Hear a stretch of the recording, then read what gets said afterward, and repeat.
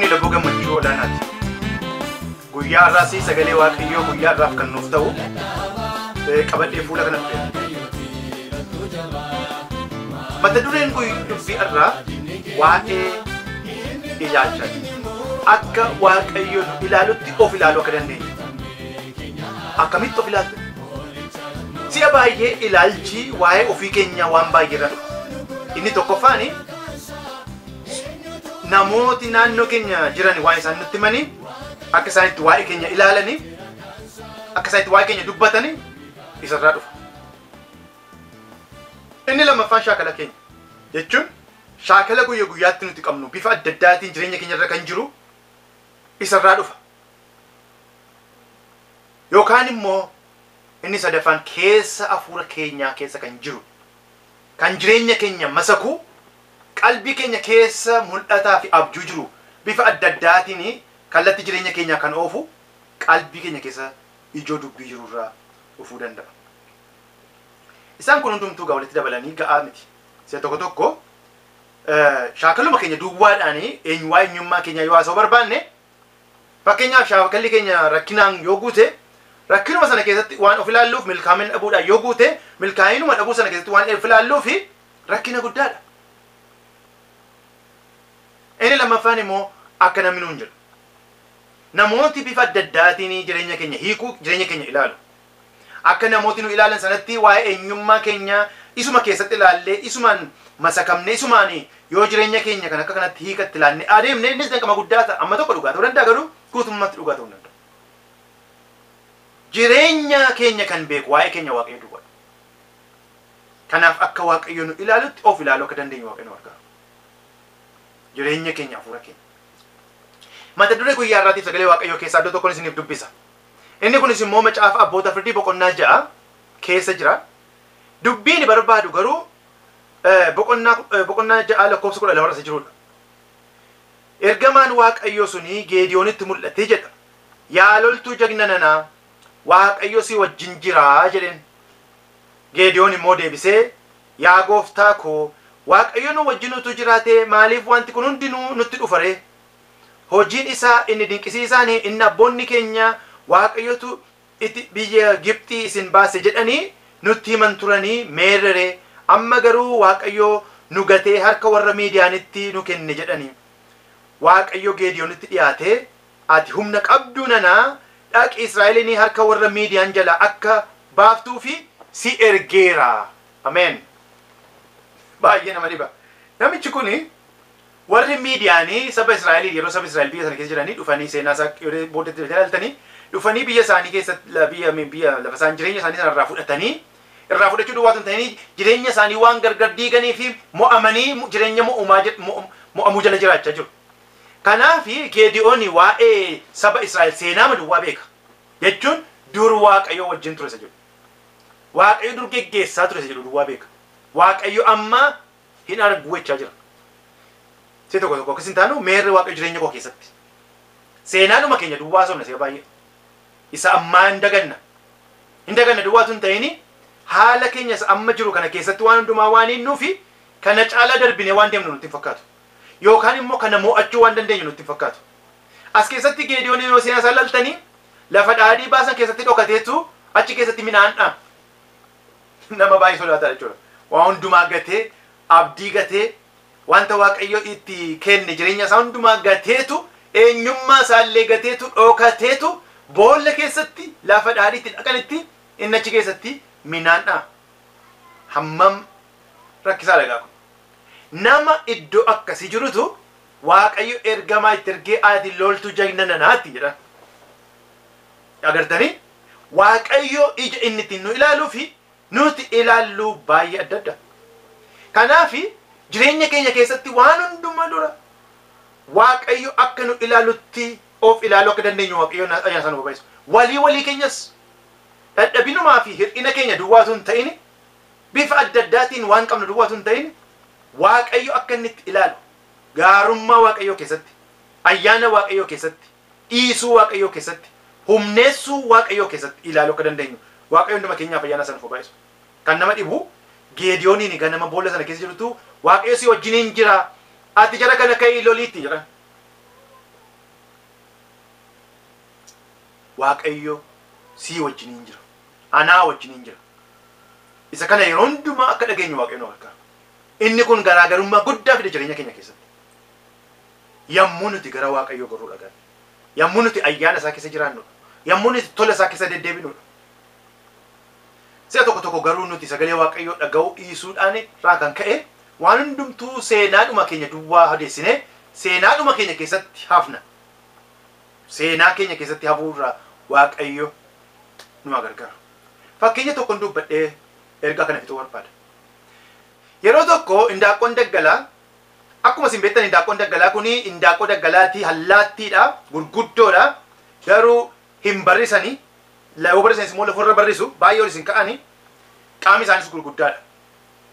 Indaaqqoon daggalaa kun yeroo tokko hinqaaquu ishee hammachiifteetu achi keessaa yeroon isaa gaafa ga'u wicoon yaa'u achi keessaa. Wicoo adda addaa yaa'u. Kan nama dhibu wicoo adda addaa yaa'an kana keessa hinqaaquun tokko adda isaan keessaa. Hinqaaquun kana keessaa kan dhalatu indaaqqoo daggalaan fakkaatu. Indaaqqoo daggalaa hammachiisee haa dhalatu iyyuu malee indaaqqoo addaati yookaan simbirroo addaati. Amma simbirroon addaa sun dhumarratti maal taasisanitti fakkaata? Simbirroon addaa suni joobira.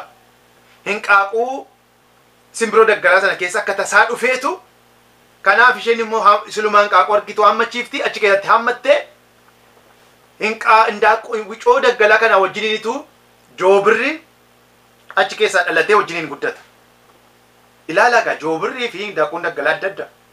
Joobirri lafarrayyuu hin jiraatu. Joobirriin barrisa. Samii keessa jira. Aangoo qabaa, humna qabaa, wanta barbaadu adamsee nyaata. Jireenyumti isaa adda.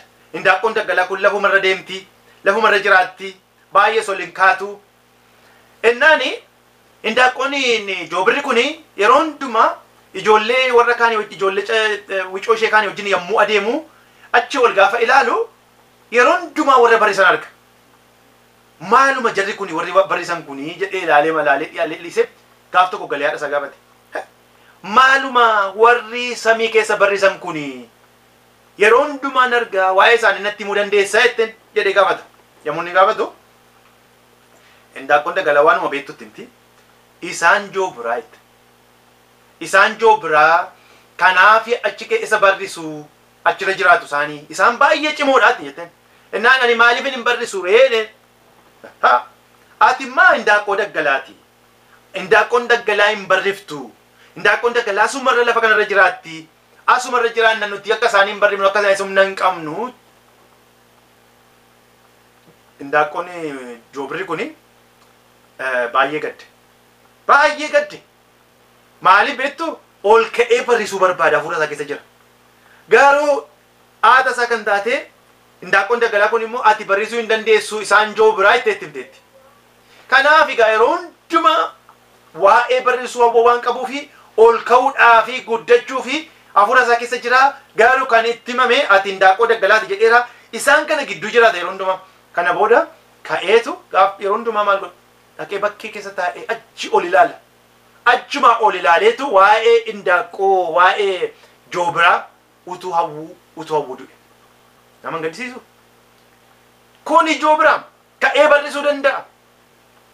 Ka'ee barrisee adeemuu danda'a.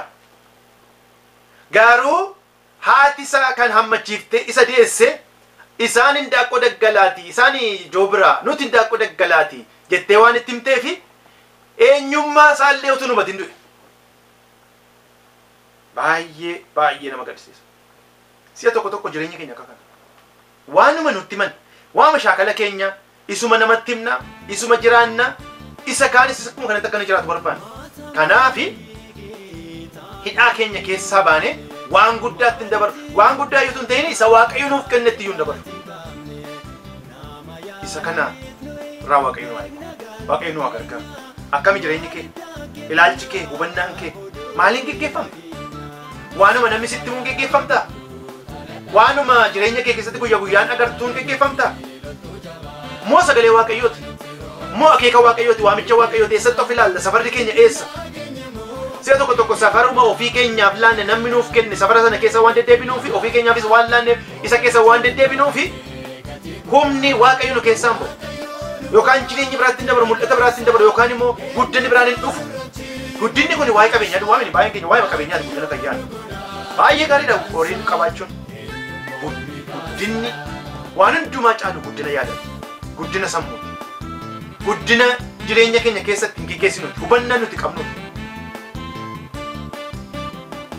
nagartanii daakkoo dagalaa sana lafa kanarra jiraatu jarri uffata isaanii baay'ee bareedu yoo laaltanii daakkoo dagalaa sun garuu barreessuu hin danda'an ol ta'anii barreessuu hin danda'an